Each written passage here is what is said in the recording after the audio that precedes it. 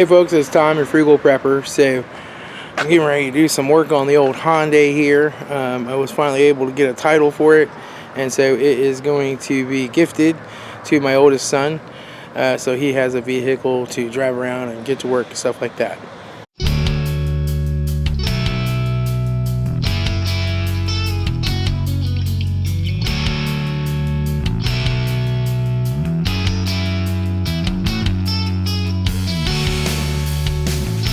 Alright, so this is a 2004 Hyundai Elantra. It's been featured in many of videos. She needs a little tender loving care. It's got right around 183,000 miles on her now. It's been a great car. We've owned it since it was new. But it's seeing its day. It is returning to the earth really quick in the back. I mean, this is just what you can see on the surface. But it has had both subframes replaced, and I think the back one's been replaced twice.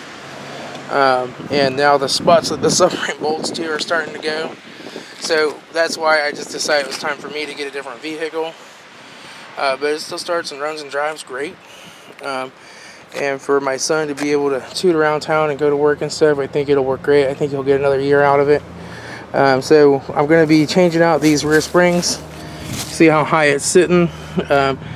I had the stiffer springs in the back because I used to keep a big toolbox and a whole bunch of tools in the trunk that weighed, 400 pounds, so it would sit too low. So I put stiffer springs in, and now I'm going to put it back to the factory springs. And then the brakes are still all really good all the way around. I did those about a year ago, and they're fine. I got nice premium pads and rotors and shoes and everything for it.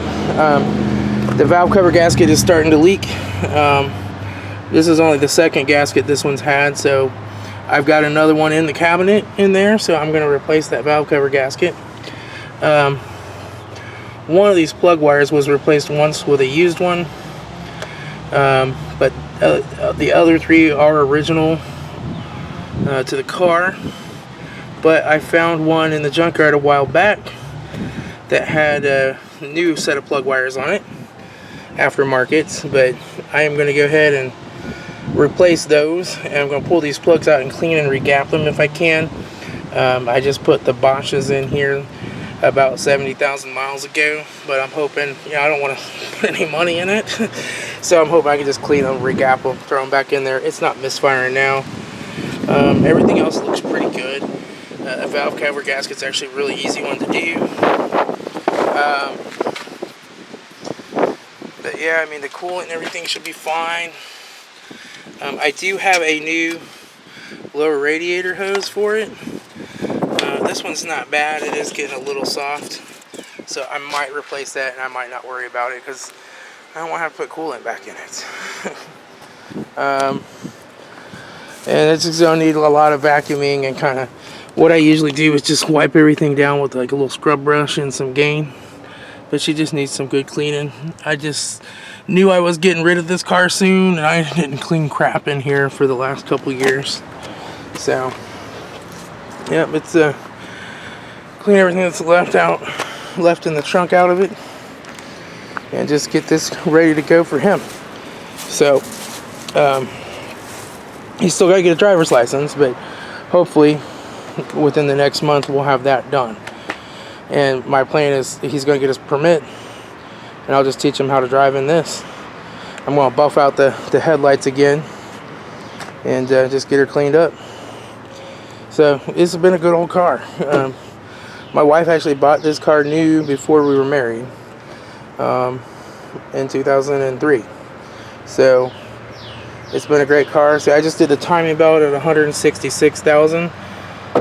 So that should be all good to go. These belts are squealing. I may just need to tighten them up, or I may need to replace a belt. We'll see. Try to see which one's squealing. It's got 3 belts, and I may just give them all a little tighten. But yeah, I got a few quarts of transmission fluid for this. It typically takes about 5 to drop it and fill it. I did it not that long ago. Let's see what this Yeah, that fluid looks pretty red and clean there. Yeah, it's pretty good. I'm not going to worry about doing the fluid again. I've been doing it every like 15,000 miles or so actually to try to clean it up because it was so dirty. So I think we're good to go there. Goal is just to get this to be a reliable vehicle for him for at least the next year, so that he can get on his feet and he can look for something better if he wants something better. I think everything on the suspension's pretty good. It drives straight. It seems to be in alignment. It's got these crappy Westlake tires on it, the ones that I took off. Well, then I wore the Kendas out and I put some Westlakes back on it. They still got enough meat on them. But they still vibrate at 70 miles an hour. They're junk. But he's not going to be doing a lot of highway driving, so I think he'll be fine. And we'll just let him burn those up. Alright, I'm going to get to work. Alright, so I got the valve cover off here. She's good. I cleaned everything up.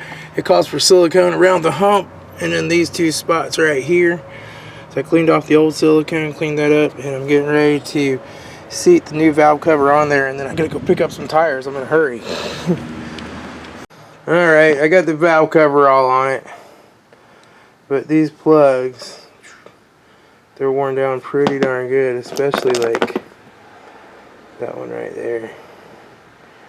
That center electrode's worn down to a little nubby spot, and two of them are like that. So these plugs have been in there about 85,000 miles. They're a 72-month, 72,000 mile plug. They haven't been in there 72 months yet, but they've definitely exceeded the mileage. I'm not going to try to sneak them up for a warranty or something, because they are over the mileage of the warranty, even though AutoZone have no way of knowing that. I just went ahead and ordered a new set of plugs from Advance. I put my 25% off coupon on there. It's going to be $11.44 with tax for 4 plugs. So I'm pretty happy. These Bosches, of course, the Hyundais came with Champions this year if they were North Carolina cars, and NGKs, I believe, if they were Korean made. And this one was made in North Carolina.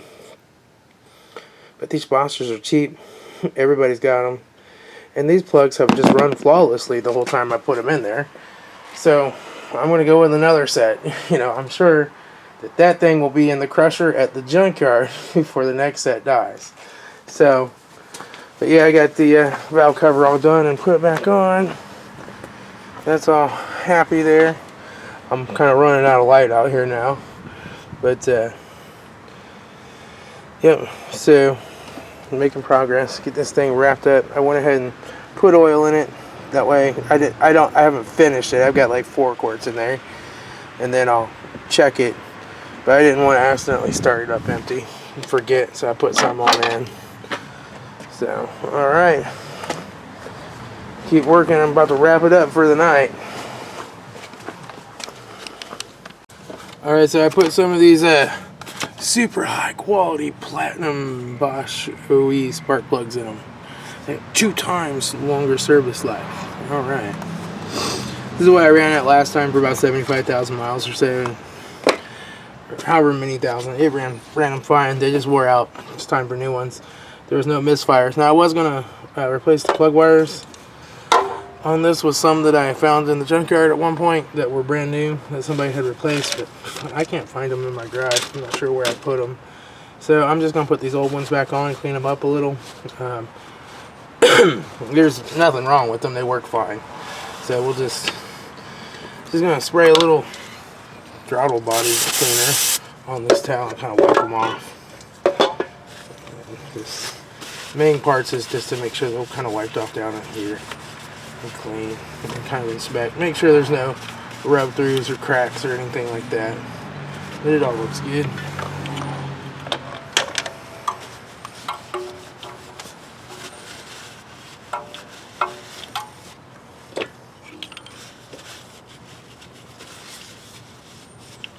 They're still plenty pliable and decent wires. I mean, even though they've been on here since this thing was new. Well, 3 of them have. One of them did rub against the engine cover once, and I went and got a used one out of a junkyard to put on there.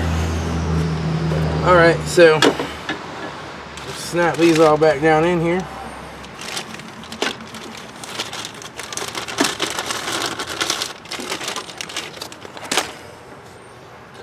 So basically all I'm going to do is just put a little dab of dielectric gel in the end.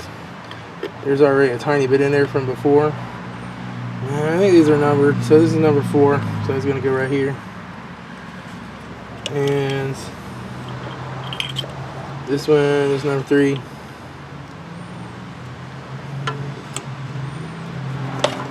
And this one is number 1.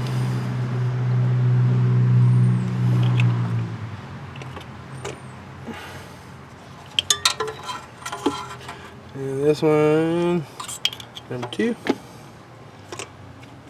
So I could look at how these are numbered on the coil pack probably, but I know that as long as I hook the 2 outside cylinders to the back coil pack, the 2 inside cylinders to the front coil pack, she'll run just fine, because it's a waste spark system on a 4-cylinder. So here is number 4, and then we want number 1. I'm sorry, that's number 1. This is number 4, and then these are the other 2 cylinders will go up front, and she'll run fine. Okay, it looks like those got little hooks there. This has got some little hooks here. This has actually got a hook here, but I don't think it uses that hook. That's weird. Alright.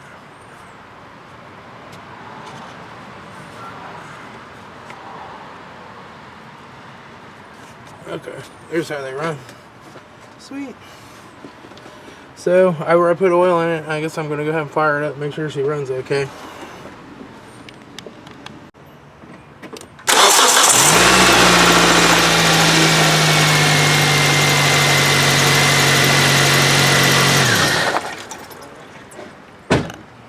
So just so you can see, actually these I put them on exactly how they go.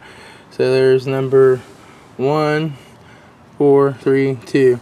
So if I take, yeah, kind of zoom in here. I'm just going to take number 2 off and put number 3 where it goes. Put number 2 over here. They don't really quite fit right that way, but I'm just going to show you. Now I can fire this right back up and it'll run just fine.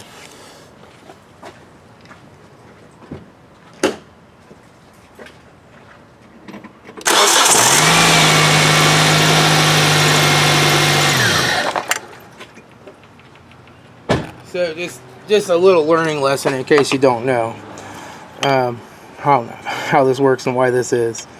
So this is what we call a waste spark system. So if you look down here, you'll see that there's 2 coil packs right there and right there. We have a 4-cylinder engine. Those coil packs are going to fire at the same time. It's going to fire both of those plugs, and they're actually going to be on opposite sides of the little transformer in there, so but they fire. One's pulling and one's pushing.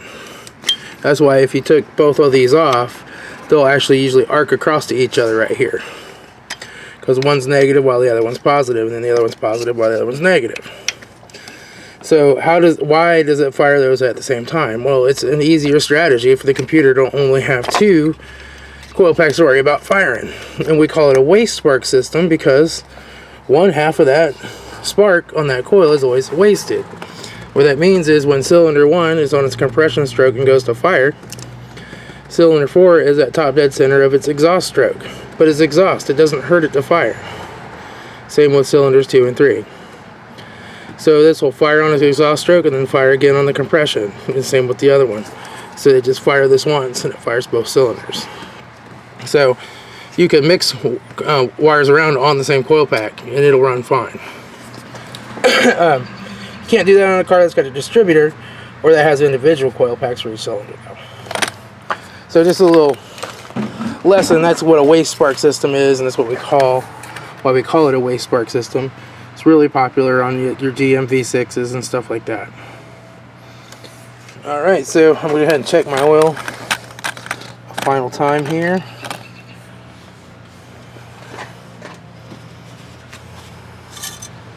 See what it looks like after it went through the filter. It probably will want a little bit more. And yeah, it's not quite the full mark now. So I'll go ahead and put my funnel in. Wow. Funnel in. Top that off. Needs about another half a quart or so. Not a whole lot. It is leaning back a little right now too. Up on the jack stands. That should be plenty fine.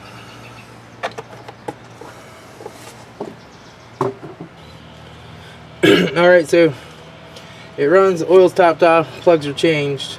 I use the same plug wires, but these plug wires are just fine. There's no problems with them. And that gets kind of the engine stuff done. I'd like to look at the belt, take that power steering pump loose real quick and see if that slight knocking sound that I'm hearing is in this power steering pump, which might explain why it seems to drag on quite a bit and make the belt squeal if it's going out. But then I'm just going to get this thing down off the jack stands and get the truck over here. So I'm just going to focus you in down here.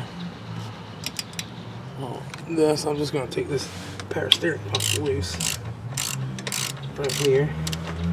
And there's also a bolt right down here.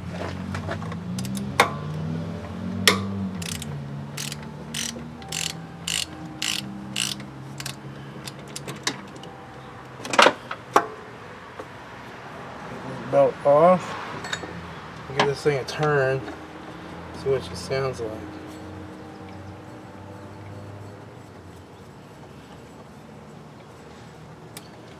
I don't hear any knocking sounds. It feels just fine, just like it should for a power steering pump. There's not really any end play in these anyway. So, on some cars, most cars, you'll have end play in the power steering pump where this pulley will actually move in and out. On most foreign cars, Hyundais and others, they don't have any end play in them. And this thing spins just fine. I can feel it when I spin it fast, get a little resistance from the fluid.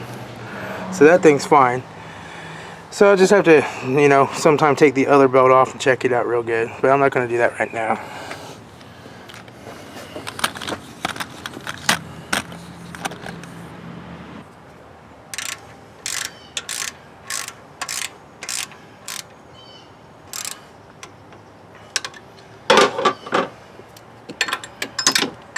Tighten the bottom bolt. Come on. Get out of my way, hose.